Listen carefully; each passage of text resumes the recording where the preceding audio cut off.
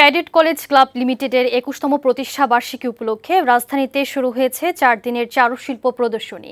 এতে স্থান পেয়েছে ক্যাডেট কলেজ ক্লাবের সদস্য ও প্রাক্তন ক্যাডেট এবং তাদের পরিবারের সদস্যদের আঁকা নানা আঙ্গিকের চারুশিল্প। উদ্বোধনের পর আগত দর্শনার্থীরা প্রদর্শনী ঘুরে দেখেন। বিস্তারিত পিয়াস মাহমুদের প্রতিবেদনে। গ্রাম বাংলার জনপদ, প্রকৃতি আর নগর জীবনের সব চিত্র ফুটে উঠেছে ক্যানভাসে। ৫০টির বেশি এমন চিত্রকর্ম নিয়ে রাজধানীর পূর্বাচলে ক্যাডেট কলেজ ক্লাবের ভবনে শুক্রবার শুরু হয়েছে রঙের সানাই নামের চারুশিল্প প্রদর্শনী। শিল্পীরা সবাই প্রাক্তন ক্যাডেট ও তাদের পরিবারের সদস্য।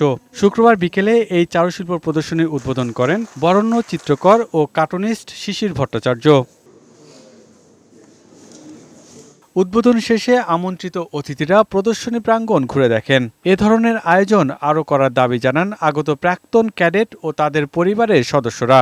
এত সুন্দর করে সবগুলো ছবি আঁকা, সবগুলো ছবি খুবই সুন্দর প্রেজেন্ট করতে পারছি এখানে, সো আসলে আমি হ্যাপি ফর দ্যাট। চারুশিল্প প্রদর্শনীতে অংশ নিতে পেরে খুশি শিল্পীরা। ওগুলো শুনে ছবি আঁকার আগ্রহটা আরো বাড়ছে। প্রথমবার এক্সিবিশনে আমি পার্টিসিপেট করছি এন্ড খুবই ভালো লাগছে। এখানে ভালো পরিমাণে সাড়া পাচ্ছি আমরা। এমন উদ্যোগকে স্বাগত জানান চিত্রশিল্পী ও কার্টুনিস্ট শিশির ভট্টাচার্য।